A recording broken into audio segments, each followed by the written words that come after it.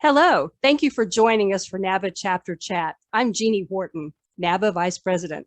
With us on the call are NABA President Jeff Glassberg and Board Member Jim Springer. Great to see that we have so many NABA chapters represented. I want to acknowledge NABA Chapter Liaison Office Manager Laura Bianco. She's here. Hi, Laura. There's Laura. We're working on some really exciting things, and one of them is a thing that we're going to call NABA Talk. It will be similar to the old listserv NABA Chat, where you can share photos and share ideas, ask about identification. So we're really excited about launching that later on this month or first part of November. You'll read more about it in the magazine. Our presenter today is Anne Borge. Anne is a naturalist, a photographer, an author, and an educator.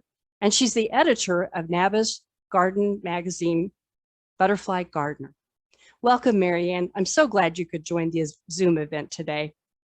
Thanks, Jean, and thank you for inviting me. So welcome, everybody. And Jean asked me to talk a little bit about butterfly gardens in fall. So I'm going to do that more or less, but I do meander a little, so we'll see. I decided to open with this image, which is a fiery skipper on a New England Aster. And I did this because it's one of my favorite plants. The New England Aster is sort of the iconic plant of fall, or aster of fall. And the fiery skipper is something that I don't really see all that often where I live. I live in New Jersey. It's more or less central New Jersey, and I live right next to the Delaware River. And I can see the fiery skippers occasionally in the summer, but when I see them, it's usually in the fall. So I think of fall as a time when I might get to see some butterflies that I wouldn't otherwise always see. So, so let's see what we're going to talk about today. Oops. Oops. There we go. So if you have a butterfly garden, what should you be doing in the fall? And it's my philosophy, if you read the current issue of Butterfly Gardener, it's my philosophy that the less you do, the better. And it's not really because I'm lazy. Okay, maybe that plays into it just a little bit, but it's because it's actually better for wildlife, including the butterflies that we love and that we're gardening for. So what should we be doing in the garden? Should we be picking up the leaves, raking leaves, blowing leaves? No. We should be leaving the leaves in our beds and other decomposing plant matter, because that's habitat for butterflies and lots of other critters. So the less we do with that, the more we leave things in a natural state, the better it is for the butterflies that we're trying to help.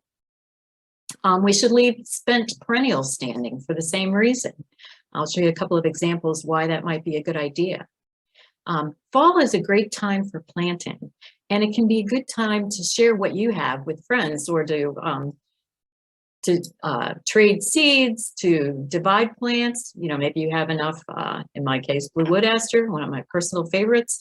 I could dig some up and give it to friends. I've been collecting seeds of another plant that's a butterfly caterpillar food plant that I'm going to be using in a garden in the town where I live. So it's a great time to be doing those things as well. And it is a really good time for planting. It's not too late to plant. So be sure you have enough late season nectar. I have a shade garden, and I still have a lot of stuff blooming. So it's really kind of fabulous. So if you don't have something blooming, you probably could fill in some gaps there. And the gaps you fill in, if you have empty spaces in your garden where it's filled with mulch and not plants, that's an opportunity to put in additional plants for the butterflies and other critters that you want to welcome to your garden. And most of all, you want to enjoy what you've got there, who you see in your garden during the late season. You want to, I mean, it helps to make the garden all worthwhile. So just enjoy what you have. And then lastly, I think you want to start planning for next year. What were you not able to finish this year? What would you like to add for next year? Maybe what beds do you want to extend? We'll talk a lot about what might motivate you to plan for next year. So why leave the leaves? Leaves provide habitat for overwintering butterflies, especially caterpillars. There are several species of butterflies whose caterpillars survive the winter in those fallen leaves. So if we were to blow them away or chop them up or bag them up and leave them out to be taken away, that would harm the butterflies. And we really want those butterflies to be able to survive the winter. Not only butterflies, but bees and many other insects live in the leaf mulch. I like to call it leaf mulch rather than leaf litter, because it's so important. It has such value. Using the word litter to describe it seems inappropriate and misleading. The leaves actually are more functional as mulch than the kind of shredded hardwood mulch that many of us might purchase to put in our beds. They soak up the rainwater that falls, and then they slowly release it so that your garden can take advantage of it. It actually helps to manage stormwater, at least in a small way. Rainwater would most likely just run off of hardwood mulch, whereas leaves can actually absorb some of it. And as far as the nutrients in your soil, the leaf mulch, as it decomposes, provides the best nutrients that your plants can use, much better than anything that you could purchase. You don't need fertilizers. Those leaves are a natural enhancement to your soil. You'll also save energy, both your own and probably fossil fuel if you're using a leaf blower, plus my ears. Ugh. Anyway, you'll help with noise pollution, help reduce noise pollution if you were in the habit of using leaf blowers. The leaves do all of this and they're free. It seems like we should be paying for them, but no. So sometimes less really is more. It's really better. Let me give you a couple of examples of butterflies that might benefit by leaving the leaves. And if you have looked at the summer issue of Butterfly Gardener, you might have seen this little red banded hair streak. I encountered her not in my garden, but in a nearby natural area.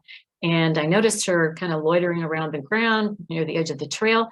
She walked around for about 5 minutes, and periodically she would pause. And I was taking photos, and I wasn't sure until I looked at the photos that she was actually laying eggs. So she's laying eggs on the ground on decomposing plant matter, because that's what her caterpillars eat. So it's food for them and it's habitat for them. So think of her. And shortly after I saw her in the natural area, I saw several in my own shade garden. So they're here too. They're in your garden. Other butterflies that benefit from your leaving the leaves are the fritillaries. They use violets as their caterpillar food plant, and they tend to lay their eggs at the base of the plant or on fallen leaves near the base of the plant. The caterpillars hatch, and then that first instar caterpillar survives the winter in the leaf mulch right near the plants. And as the plants begin to emerge, as the violets begin to emerge in the spring, the caterpillars begin to also emerge from their winter slumber, and they begin to eat the leaves. So it's a great partnership. So if you care about fritillaries, leave the leaves. Baltimore checker spots. This is a species that isn't doing as well as it once did, and it uses turtlehead as its at least initial food plant for the most part for its caterpillars. The caterpillars overwinter, they survive the winter in leaf shelters that they develop by spinning silk and tying leaves around themselves, usually within a few feet of their caterpillar food plants. So again, if you care about these butterflies, you have to care about their caterpillars, and they're trying to survive the winter in the leaf litter. How about leaving your spent perennials standing? That's also a good idea. You may find insects, butterflies and other insects, perhaps attached to the stem of a plant.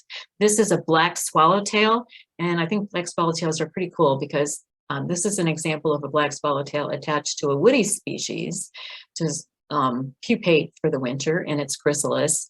And they're sensitive to the environment that they're attached to. In this case, the chrysalis matches the green stem of an herbaceous plant. So you may find chrysalises, you may find eggs. There could be any number of, you may find again a caterpillar rolled up in a leaf of a spent perennial. So leave those spent perennials standing. Birds will also thank you, because if those plants have seeds, fruit capsules, they're likely to get some food from that. So there's a lot of benefit to that. And you'll get a lot of entertainment in the winter by seeing all of the, first of all, looking for signs of wildlife, and then seeing all the visitors that you have for your garden, even in the winter. Swallowtail is the one whose chrysalis, as we were just looking at.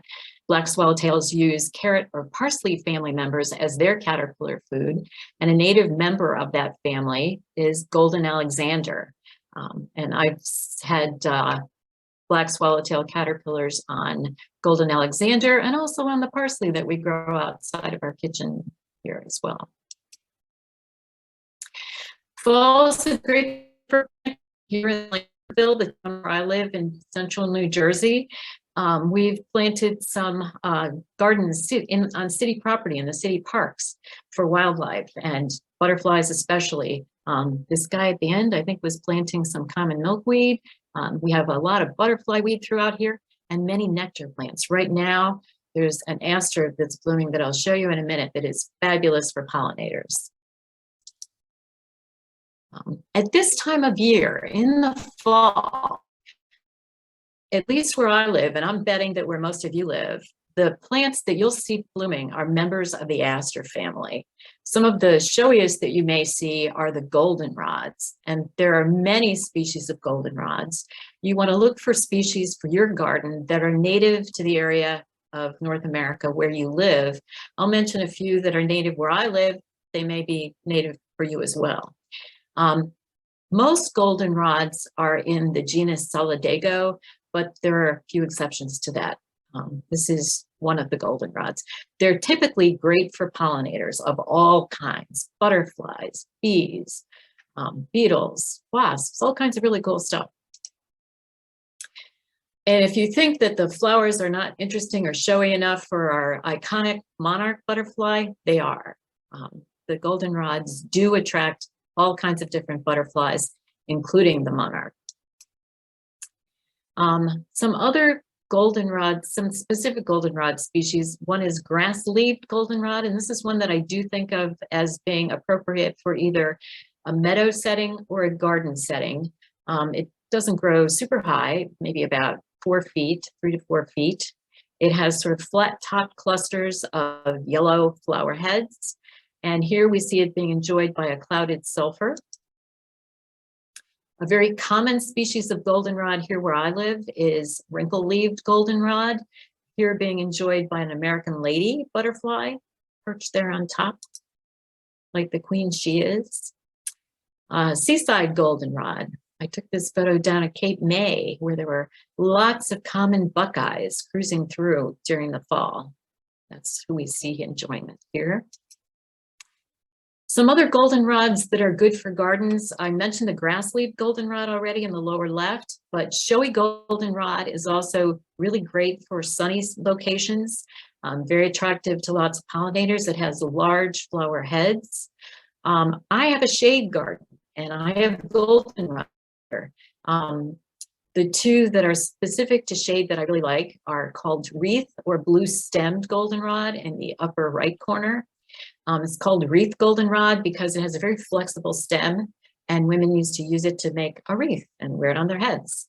Also, the stems are often sort of bluish in their coloration, which gives them the name blue-stemmed. And it's a great plant for a shade garden. This one blooms first, and just a little later is another shade goldenrod called zigzag goldenrod, which is named after its kind of zigzaggy stem. And you'll see clusters of yellow flower heads at the leaf axils where the leaves are attached to the stem. And then again, a larger spike at the top, the tip. So these are great for goldenrod, for shade gardens. And my zigzag has just started to bloom, so it's going to be blooming for a while. Other aster family members. This is my personal favorite for a shade garden. This is blue wood aster. It's also called heart-leaved aster because the leaves have a heart shaped. We right now have a sea of blue wood aster outside my windows here. They're fabulous, and they are covered with pollinators. And I find butterflies on them into November. These plants bloom into November, even in central New Jersey. So they're really great to have around. Blue wood aster, because the flowers are sort of an icy blue, the color changes depending on the light. There's something that I find interesting that I have to share with you here. If you notice the center of these flowers, some of them are sort of pink and some of them are yellow. Are you wondering why that would be? Is it just happenstance, just whim? Plants are really pretty interesting to me, and to anybody who knows anything about them, they're really pretty cool. And they have lots of interesting characteristics. The first thing I want to tell you about this is you may or may not know that, let's take a look at this right here.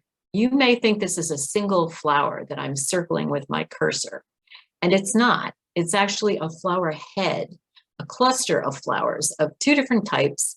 The petals are called ray flowers, and in the center, where you see sort of bowl-shaped things, those are small tubular disc flowers.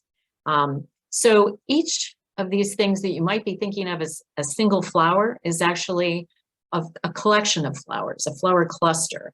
The function of the ray flowers or the petals is usually to just be part of the attraction to attract pollinators to come visit the disc flowers in the center, which is where the work of pollination is done.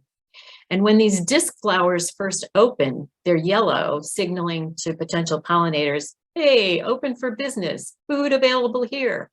Nectar, butterflies like nectar, bees like both nectar and pollen, as do some flies. Many of them like both nectar and pollen. They understand, they learn that the yellow flowers are in fact those that are open for business.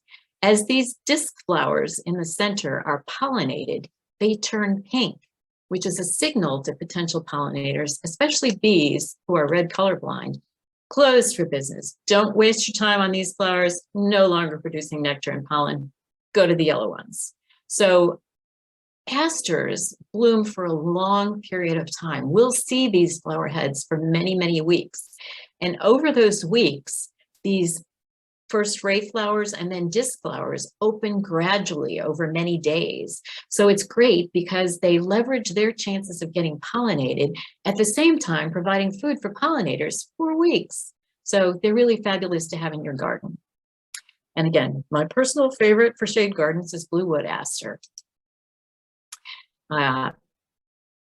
Attracts many different butterflies late in the season, including the pearl crescent that I can see from spring through late fall here, and even monarchs. I was pretty excited because I have to say, I haven't really seen monarchs in my shade garden until this fall. And I was really excited to see a monarch nectaring on the blue wood aster in my garden. So that was pretty cool. That was the first for me.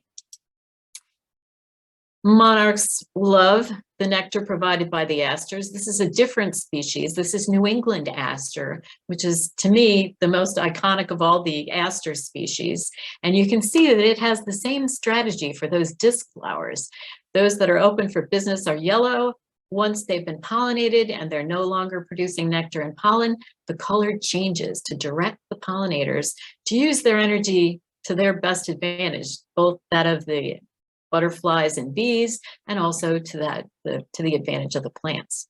So New England aster is a fabulous plant to have. This is again the fiery skipper that we saw on the front slide, enjoying the New England aster. And this is a different aster. This is called aromatic aster. To me, it's sort of like a short, bushy looking New England aster. And we have this in a garden that we planted in the town where I live 2 years ago. So it's still blooming. We've had things blooming in that garden from probably May through now, and they will continue to bloom through early November, I expect. So we've got a common buckeye enjoying the air. You see the disc flowers changing from yellow to red as the flowers are pollinated. And then I kind of neglected to record the specific species of asters that are shown in the next couple of slides.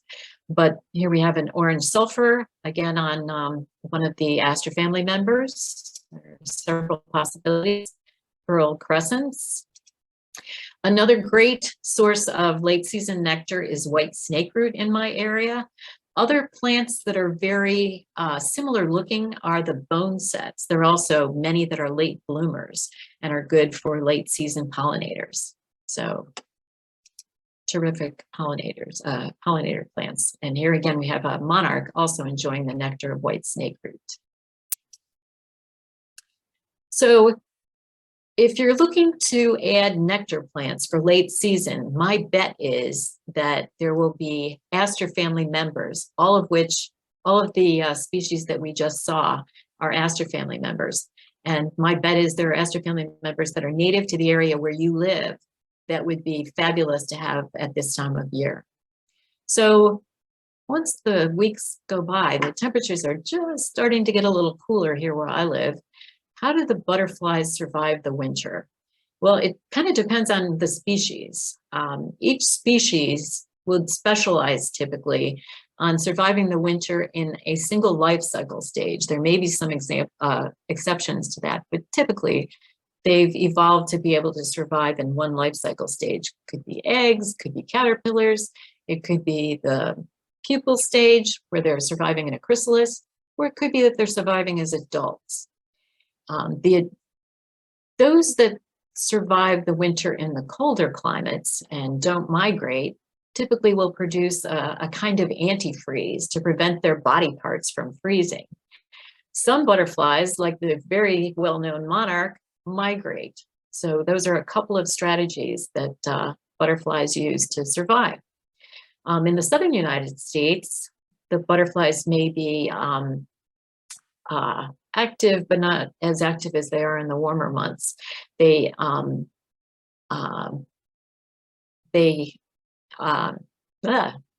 trouble spitting it out. They enter diapause. They no longer reproduce during the cold winter months. And this is pretty common in the southern United States. Especially the adults are looking for warm, dry shelters to spend the cold winter days. So monarchs, we know, migrate south. They migrate thousands of miles south to survive the winter.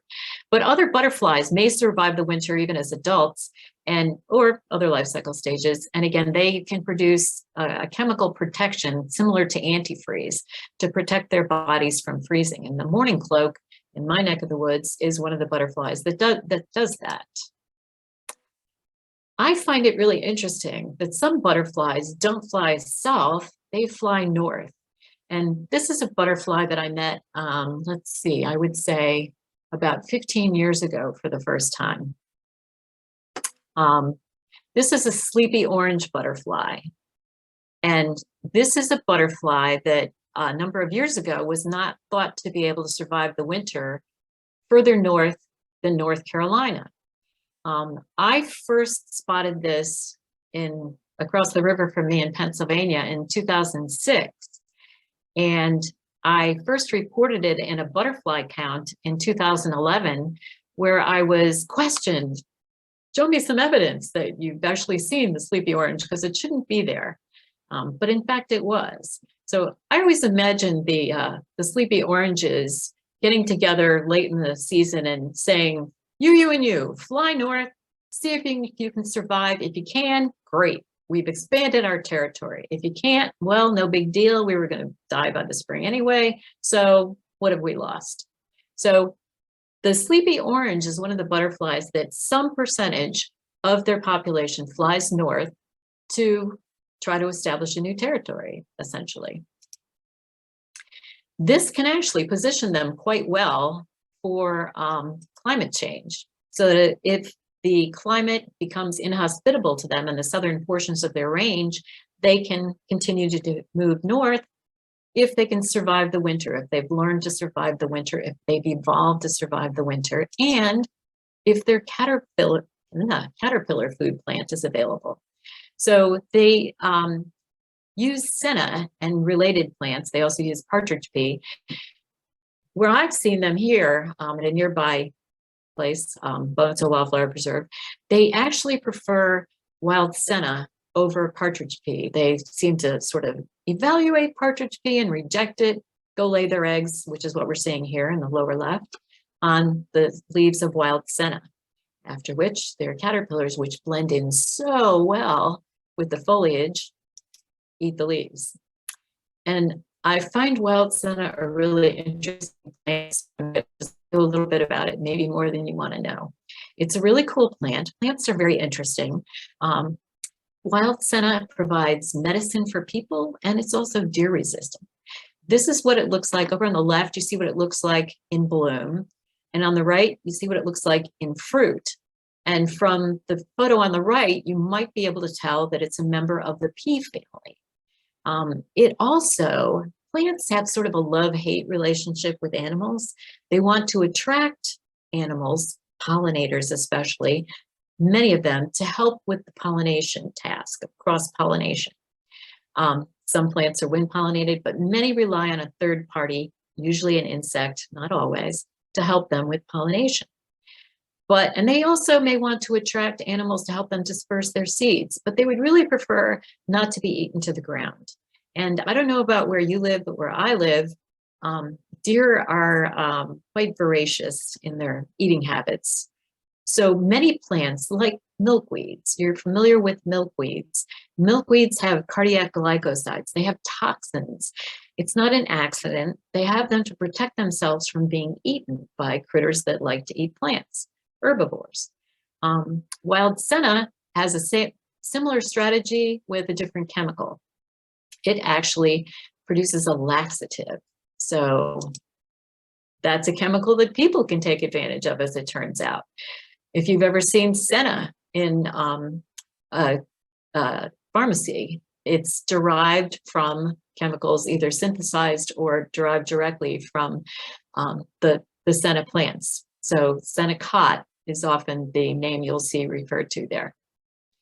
So it provides medicine for people, but it also makes the plant deer resistant. Some plants also produce laxatives in their fruits to help control exactly when their seeds are going to be dispersed, if you get my drift there. Wild senna is really interesting for so many reasons, which is why I'm requiring you to listen to all this stuff, but it's got an interesting strategy for pollination. Its flowers don't produce nectar, they only produce pollen. And in fact, there are two sets of anthers. Anthers are the flower part that produce pollen. One set of anthers has pollen that's sterile. It's just there for food for bees, who are the primary pollinators. And it's the lower anthers, these brown tip things, that actually have the fertile pollen that is dusted on the lower parts of the bees as they come to visit and eat the pollen on the upper part of the flower. So senna has evolved not to produce nectar in its flowers. So it's not really a good nectar plant necessarily, at least the flowers aren't, for butterflies, but it's a really important food plant, caterpillar food plant for butterflies. It's bees that do the pollination, and this little female here is in fact visiting this. She's able to do something called buzz pollination, which is the ability to vibrate your wing muscles without moving your wings, setting up enough of a vibration to dust out pollen on her body, which she then eats some of, saves some to bring back to feed her kids, and some will be used to pollinate the flowers.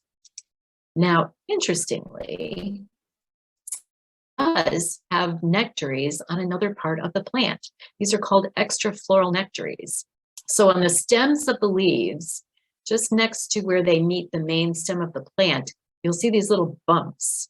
Those are nectaries. And we see here different insects drinking nectar from those nectaries. We have an ant, we have a type of wasp, and we have a lady beetle, all drinking nectar from those little extrafloral nectaries. Why would that be? Well, it turns out all of those insects are potential, they're like a mercenary army that senna has evolved to attract with these nectaries to protect itself, to protect the plant from critters that would do more harm. So, for example, ants like to eat small caterpillars. And if you have ants on the plant, if ants are attracted to be on the plant because of those nectaries, then they might be around to take care of the caterpillars for the plant. So it's a really interesting plant and interesting strategy. The sleepy oranges typically survive the winter as adults, and in the south, they enter reproductive diapause. And even here in New Jersey, I have seen them in their winter coloration, more of an orange color than what they typically show during the growing season. Other butterflies that overwinter adults here are the eastern comma, the question mark, and as I mentioned earlier, the mourning cloak. And what they're looking for is a good place to stay warm and dry. Maybe that's under some loose bark, could be in leaf litter, it could be in a hole in a tree, it could be in a wood pile that you have in your yard. All of these are potentially good shelters for butterflies or their earlier life cycle stages for the winter. So in the fall, a good thing to do is to plan for what you might want to do for next year. And I'm going to give you some food for thought about what might influence you. When you're thinking about what to do, my husband will tell you that I'm an optimist by nature, but I have to give you some bad news. And that is that North American butterfly populations are steadily declining. Jeffrey Glassberg was quoted in the in the spring issue of American Butterflies as saying, "We're seeing population declines over all of the regions we monitor." That's not good. There was a study based on some NABA data from butterfly counts, as well as data from other experts and nature enthusiasts, that found an average population decline across 272 species in the Western states of 1.6% decline per year for 40 years. Well, that's not good either. You may have also heard just general news about insects in general. Some studies have shown that more than 40% of insect species are declining worldwide. The total mass of insects is falling even more rapidly than what we just saw in terms of the statistics for the Western butterflies in the United States, and that's by 2.5% per year. And there have been studies that have shown that insect populations in Germany dropped by more than 75% over the last 30 years. This is all pretty bad news. Bird populations have also dropped by about 29% in the last 50 years. That was about 3 billion birds, if I'm not mistaken. During that same 50-year period, the population of humans has about doubled. So I don't know, do you think we may have had anything to do with this? Some of our habits? And this is really important. If we don't care about the butterflies, if we don't care about the bees, if we don't care about the birds, surely we care about ourselves and our families and our neighbors. And that is that just about anywhere in the world, almost, certainly in the country, extreme weather is becoming the new normal. We've seen very prolonged and extreme droughts in the Western states that have led to out of control wildfires. Again, I live on the East Coast in New Jersey. We have experienced smoke from the Western wildfires. They're that bad. Hurricanes are more frequent, as are tornadoes. I've lived in New Jersey for a little over, I don't even want to say, it's almost 40 years. And we never used to have tornadoes. Twice this summer, there were incidents of storms with multiple tornadoes in the region. I never hid in the bathroom so much when I lived in the Midwest. And these storms are producing more rain, heavier rain.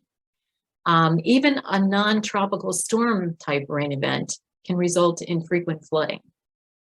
And I'll tell you personally, I live in a little town along the Delaware River, and it's surrounded on three sides by hills, at the base of which are creeks. And this town, I fortunately live uphill, but the downhill part of town is very prone to flooding. It's very vulnerable to flooding. We had 3 storms in this region over a period of about 6 weeks, starting in mid-July and ending, I hope, about September 1st, that had enough rainfall to produce flooding where they hit. Now, the storms weren't bad in the entire region every time, and the town where I live was only hit once, the third of those storms. But we did in fact have flooding. People are still not in their homes, and it's almost 2 months later. So I really think we really have to take this seriously. Climate change is here. Here's the good news, finally. Each of us can take action to help reverse these trends. And these actions are not difficult or expensive, depending on the size property you have. One of the best things we can do is plant trees. Why? Because through the process of photosynthesis, they remove carbon dioxide from the atmosphere, thus helping to reduce climate change. They produce, through that same process, the oxygen we need to breathe. The shade they offer helps to moderate the temperature, as does the process of transpiration, through which they release moisture into the atmosphere. They help with stormwater management issues. They help the ground to absorb stormwater. They help to purify that water before it goes into the water table, and they help to mitigate flooding. They help to stabilize the soil and prevent erosion. They recycle nutrients, and they provide food, medicine, and shelter for both humans and other species as well. And there are many trees, actually, that are caterpillar food plants. So learn your caterpillar food plants. Just a couple of quick examples. Oak trees are caterpillar food for over 500 species of butterflies and moths. I will tell you it's many more moths than it is butterflies, because there are many more species of moths than there are butterflies. But the Juvenal's dusky wing is one of the species of butterflies that may use oaks as a caterpillar food plant. There are also many other insects that use it, and it provides food for lots of other critters. Cherry trees are great. This is a black cherry.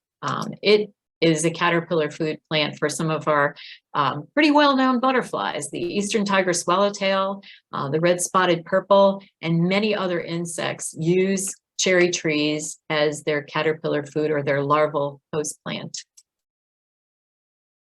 Another thing that we can do is to reduce the amount of lawn we have. If you read the latest issue of Butterfly Gardener, you'll notice that that was kind of the whole focus of it, was reducing the lawn you have, and where you keep lawn, keep it more natural. Don't be so concerned about a solidly green grass lawn. Make your lawn as small as possible. Mow it high, about 3 inches or more, because that helps establish it a little bit, helps it to survive without as much watering. Don't use herbicides to get rid of things like dandelions and clover. We can see here some of the sulfurs drinking nectar from dandelions. They may be using the clovers as a caterpillar food plant. So, again, don't use herbicides or pesticides on your lawn. And don't rake the clippings from the lawn, because if they're allowed to go into the soil and decompose, that helps to fertilize your soil without you having to add anything extra. But if you reduce your lawn, you'll have improved stormwater management, because other plants are a lot better at helping the soil to absorb water than lawn grass is. And those other plants will also help to filter the water and help improve the water quality, removing impurities from the water. These plants will also help remove carbon dioxide from the atmosphere through the process of photosynthesis, just like trees do, which will help reduce the gradual warming or rapid warming that we're experiencing, which also helps to improve air quality. It also helps to reduce the amount of fossil fuel that you're using, because you won't be doing as much mowing or leaf blowing. So let's take a look. Why would other plants be better at stormwater management than lawn grass would? Well, this little crew-cutty looking kind of thing over here on the left-hand side of this is Kentucky bluegrass, which grows to a height of about, if you mow it, about 3 inches above ground. and has roots that are about the same. So your typical lawn grasses are going to have roots that are very shallow. These are some herbaceous plants of different types. There's some goldenrods in here. There's some native grasses in here. This is a switchgrass. Let's see. This is a rosinweed, an aster family member. Here's one of the purple coneflowers. This is a small white aster. This is again an aster family member, compass plant, sorry. This is one of the blazing stars. And these plants have root systems that go anywhere from about 5 feet to 15 feet. What that means is those roots help to open up the soil, allowing the soil to absorb more stormwater. So they're much better than grass. I look around the suburbs near me and I see people with huge houses on huge lawns, and I really hope we can change that fashion. I think it's really essential to a healthy world for us to change that fashion. Let me give you a personal example. This is what my front lawn looked like about 10 years ago. I mentioned that I have a shade garden now. Initially, we had a grove of trees where there was grass that was trying to grow between the trees and our front walk. And the grass died every year by July because lawn grasses are not shade plants. They don't like shade. They can't do well in the shade. And yet, you know, we were dumb enough to try to reseed it every year for several years. Our homeowners, I live in a townhouse development, our homeowners association reseeded, we watered, and every year by July, the grass died. Finally, we got smart. And as I learned more about native plants, oh yeah, and here's what it looked like when it rained. Lovely. It didn't absorb stormwater very rapidly. We finally got smart and got permission to put in native plants from our house to a little access road that goes about 60 feet from our property line. And we have had very few problems since. And we have fabulous habitat for butterflies, bees, birds. We've had fabulous amounts of wildlife here. And I like to think that that helps not just me, but everybody in the town where I live. So this is where I am up here on this hillside. As you go down the hillside, there are homes with wells. So if the water is not absorbed by the soil during times of drought, those wells could run dry. And here we have the Delaware River and one of the creeks that runs along the southern part of town that in fact floods when there's too much rainwater. We had a 10-inch rainstorm, September 1st. That was more than the hillsides could absorb, and the creeks flooded. This is just one of the creeks that flooded. So again, I like to think that if I'm trying to absorb stormwater up here on the hillside, that will help reduce the chances of flooding here in the flat part of town, and I won't be contributing to flooding in the Delaware. So I would like to see more of that. Anyway, so some tips for you.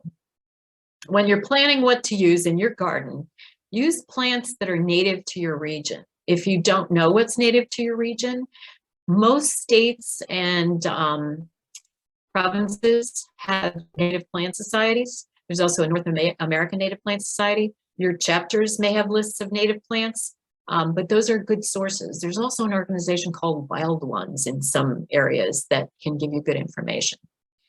Learn what the caterpillar food plants are for the butterflies that you'll be finding in your region, and make sure that you provide those if you can.